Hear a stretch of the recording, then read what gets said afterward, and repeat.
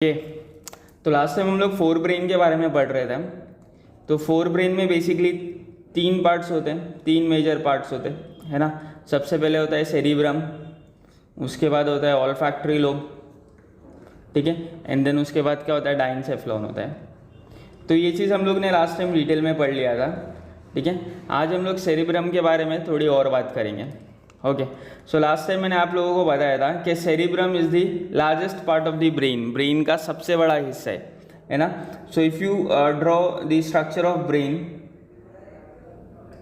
ठीक है, तो ये वाला जो हिस्सा है, यहाँ वाला जो हिस्सा है, ये जो हिस्सा है पूरा, ये वाला, दिस इज ऑल सेरिब्रम, वो पूरा सेरिब्रम है। ओके, अब सेरिब्रम को अगर हम लोग अच्छे से देखेंगे, मैंने बताया था लास्ट टाइम कि if you look at the surface of the cerebrum you will find something like this, कुछ ऐसा दिखेगा, है ना। तो ये जो ऊपर, ये जो नीचे गहरी चीज़ है, उनको हम लोग बोलते हैं सल्काई, उसको क्या बोलते हैं हम लोग, sulci. So this deep ferrous, ये जो डेप्थ्स है, उनको हम लोग क्या बोलते हैं, सल्काई बोलते हैं। Now on the surface of this brain cerebrum हम लोगों को ना तीन मेजर सल्काई दिखती है, ठीक है। So we can find three major sulcus, ठीक है। So sulci is plural and sulcus is singular. So will find a sulcus over here, हम लोगों ने एक ऐसी सल्कस यहाँ पर मिलती है, एक सल्कस हम लोग को यहाँ पर दिखता है और एक सल्कस जो हम लोग को वो यहाँ पर दिखता है। Okay, so on the surface of the cerebrum will find three major sulcus, ठीक है। The first sulcus which is like this, okay, दूसरा सल्कस जो एकदम सेंटर में है और तीसरा सल्कस जो है वो पीछे की तरफ है। Now this sulcus have some names, उनको ना हम लोगों ने नाम दिया है, like for this very first sulcus that you can see over here, ये जो ऐसा लेटा हुआ सल्कस है उसको हम लोग बोलते हैं लैटरल सल्कस, ठीक है। तो ये जो लेटा हुआ सल्कस है उसको हम लोग क्या बोलते हैं, लैटरल सल्कस। ये जो सेंटर में है उसको हम लोग बोलते हैं सेंट्रल सल्कस, उसको हम लोग क्या बोलते हैं, सेंट्रल सल्कस, ओके। और जो पीछे है, ये जो पीछे वाला सल्कस है उसको हम लोग बोलते हैं पैराइटो occipital sulcus, पैराइटो occipital sulcus, okay.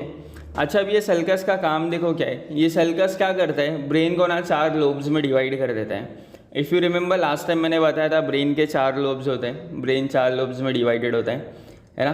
तो जो फर्स्ट लोब है, जो आगे वाला लोब है उसको हम लोग बोलते हैं फ्रंटल लोब, जो ऊपर रहता है उसको हम लोग बोलते हैं पैराइटल लोब, जो पीछे की तरफ रहता है ऑसिपिटल, और जो साइड में होता है उसको बोलते हैं टेम्पोरल लोब, है ना।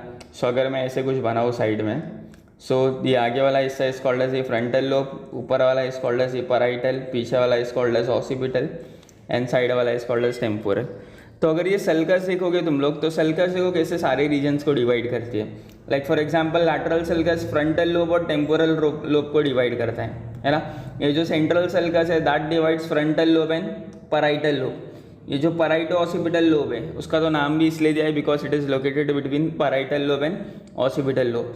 सो this is the parieto occipital lobe. So this are the sulcus which divides the cerebrum into four lobes, ठीक है। इतना समझ में आया सल्कस का रोल क्या है, okay. So that was about sulcus, ये सल्कस के बारे में था, ओके।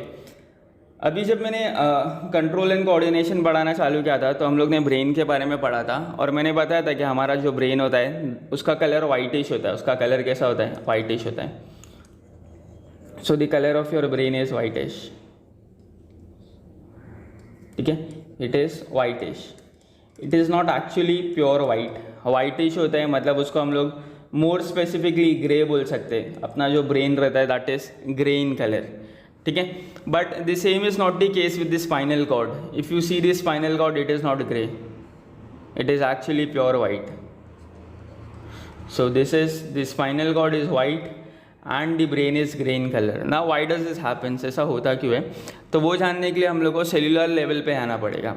जैसे हमारा जो हार्ट होता है, हार्ट जो दिल होता है that is made up of a special kind of cell. Heart जो होता है स्पेशल काइंड के सेल से बना रहता है जिसको हम लोग बोलते हैं कार्डियक सेल, है ना। सेम तरीके से हमारा जो किडनी होता है, it is made up of a special kind of cell which is called as nephron.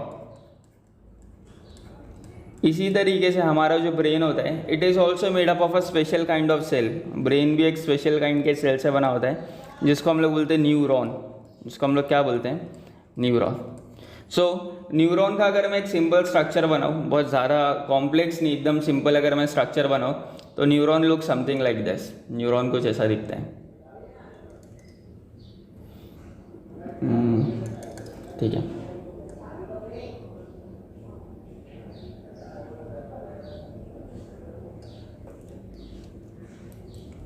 So neuron कुछ ऐसे दिखता है,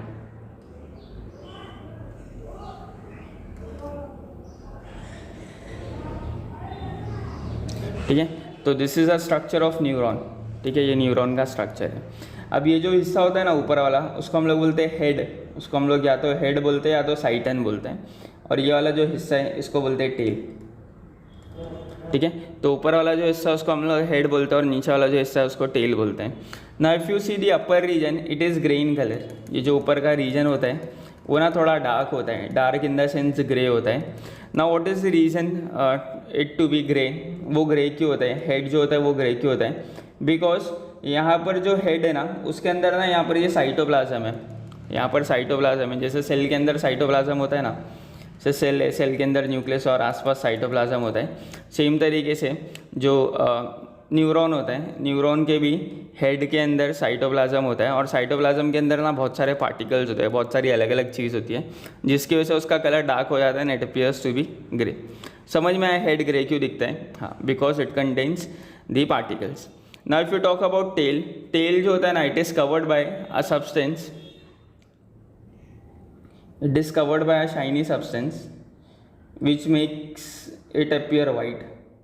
जो टेल होता है वो एक शाइनी सब्सटेंस से कवर्ड होता है, इसलिए वो कैसा दिखता है? वाइट कलर का दिखता है। इतना समझ में आया? आई होप इतना समझ गया रहेगा। So the head of the neuron is grey in colour, whereas the tail of the neuron is white in colour. Now I tell you how the neuron is arrange in the brain. अब ये समझो, मैंने एक neuron को ऐसे denote किया। I am denoting a neuron like this. ये head है, ठीक है, और उसके पीछे से this is the tail. Now if you see the arrangement of neuron in the brain, एक ब्रेन बनाता हूँ मैं ऐसी,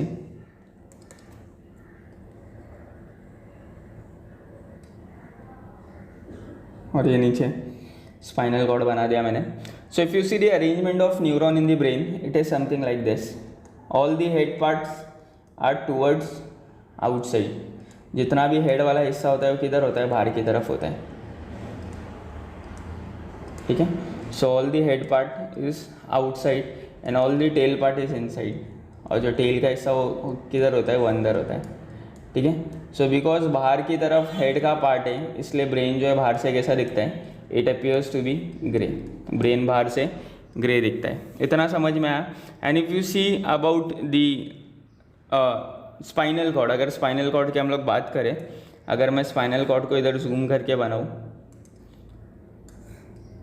ठीक है, स्पाइनल कॉर्ड में उल्टा होता है। स्पाइनल कॉर्ड में जो हेड पार्ट होता है वो अंदर की तरफ होता है।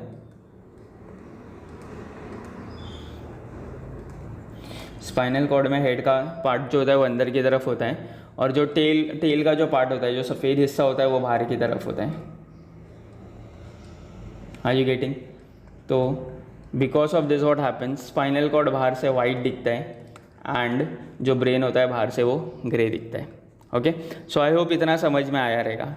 Okay, now this grey part which is visible from outside on the brain surface is called as the grey matter. इसको हम लोग क्या बोलते हैं? ग्रे मैटर बोलते हैं, ठीक है। सेम तरीके से जो सफ़ेद हिस्सा विजिबल होता है स्पाइनल कॉर्ड के बाहर, that is called as the white matter. उसको हम लोग वाइट मैटर बोलते हैं।